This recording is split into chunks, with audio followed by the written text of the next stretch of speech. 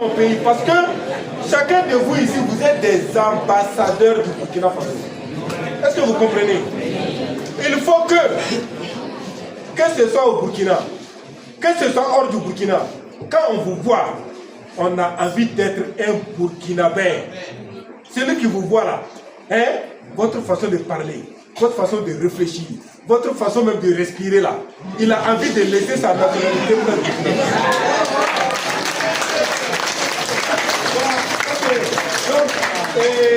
Après, c'est les Chinois, 1,3 milliard. Mais les Chinois, là, ils n'importent pas de la nourriture dans leur pays. C'est eux qui exportent. La nourriture quitte là-bas, le riz quitte là-bas, ça vient ici.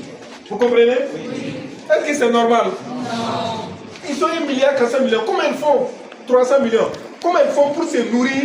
La nourriture reste, ils exportent pour vendre dans tous les autres pays du monde.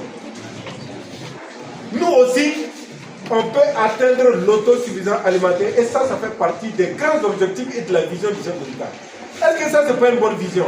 Oui. Un père de famille qui se lève, son premier souci doit être que ses enfants mangent à leur faim avant d'aller à l'école. C'est ça? Oui. Hein? Il faut la bagarre, ils peuvent faire 1 ou 2 jours sans parler, mais après il faut qu'ils s'assoient pour se réconcilier. Sinon la vie en famille n'est plus possible. Et ça impacte même les enfants et leur éducation, leurs résultats scolaires. C'est vrai, non? Oui. Quel est l'enfant qui veut que ses parents ne se parlent pas? Il y en a ici? Non. Un enfant qui veut que ses parents ne se parlent pas, c'est un démon. C'est un démon, il n'est pas bien. La réconciliation, c'est bon. Pourquoi? Parce que vous ne pouvez pas rester éternellement en bagarre avec quelqu'un. C'est pour cela, les enfants égarés de la République, regardez même les terroristes là. Vous avez suivi Bienvenue Tansa quand il fait son journal là. Oui. Qu'est-ce qu'il dit de déposer les armes là? Oui. Même ceux qui nous attaquent, on dit, venez, on va faire la paix, déposez vos armes, on va se réconcilier et puis on va construire notre pays. Tous ceux qui acceptent de poser les armes là, l'État va les prendre en charge. Parce que vous n'avez pas oublié, on doit pardonner et puis oublier. Si vous n'avez pas pardonné et puis vous n'avez pas oublié, vous allez à la mosquée pour prier.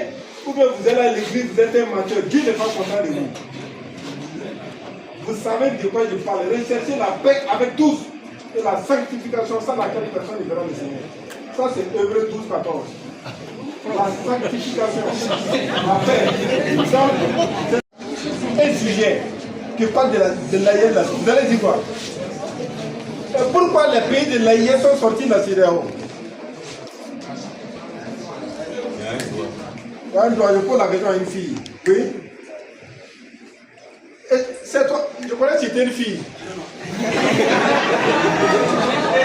un garçon, tu as la parole, il faut parler.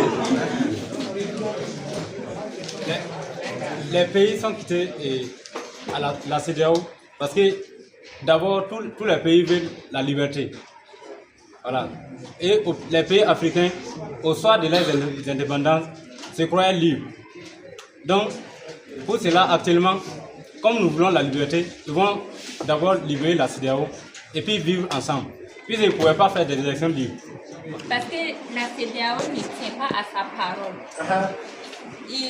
Pendant les guerres, le terrorisme, la CEDEAO n'a pas soutenu les pays en guerre. Selon moi, c'est pour ça que les 3 pays ont décidé de sortir de la CEDEAO. Un jour, tu vas être ministre. Applaudissez.